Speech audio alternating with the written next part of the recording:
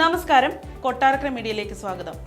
ആന്റണി രാജു ഗതാഗത വകുപ്പ് മന്ത്രിയായിരിക്കെ നിയമിച്ച 7 KSRTC ഉദ്യോഗസ്ഥരെ പിരിച്ചുവിട്ട് മന്ത്രി ഗണേഷ് കുമാർ നോട്ടീസ് പോലും നൽകാതെ പിരിച്ചുവിടുകയായിരുന്നു. മധ്യനിര മാനേജ്മെന്റ് ശക്തമാക്കണമെന്ന സുശീൽ ഖന്ന റിപ്പോർട്ടിനെ തുടർന്നായിരുന്നു പിരിച്ചുവിടൽ. HR manager Shiju, finance general manager Beena Begum, civil വിഭാഗത്തിലെ 2 എക്സിക്യൂട്ടീവ് എഞ്ചിനീയർമാർ, അക്കൗണ്ട്സ് വിഭാഗത്തിലെ 3 ട്രെയിനി ഉദ്യോഗസ്ഥർ എന്നിവരെയാണ് പിരിച്ചുവിട്ടത്. HR വിഭാഗത്തിൽ കാര്യക്ഷമമായ ഉദ്യോഗസ്ഥർ ഇല്ലാത്തത് പ്രൊഫസർ സുശീൽ ഖന്ന വിമർശിച്ചിരുന്നു. ഇതിന്റെ ഭാഗമായാണ് മധ്യനിര മാനേജ്മെന്റ് ശക്തമാക്കുന്നത്.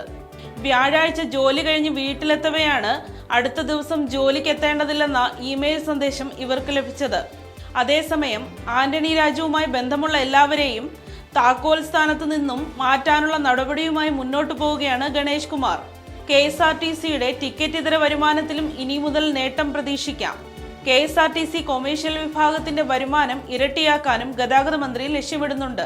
നിലവിൽ ബസ്സിൽ പതിക്കുന്ന പരസ്യത്തിന്റെ വരുമാനം 20 കോടിയിലധികമാണ്. ഇത് കാര്യക്ഷമമായ പ്രവർത്തനത്തിലൂടെ ഇരട്ടിയാക്കാൻ മന്ത്രി എന്ന നിലയിൽ ഇടപെടലുണ്ടാകും.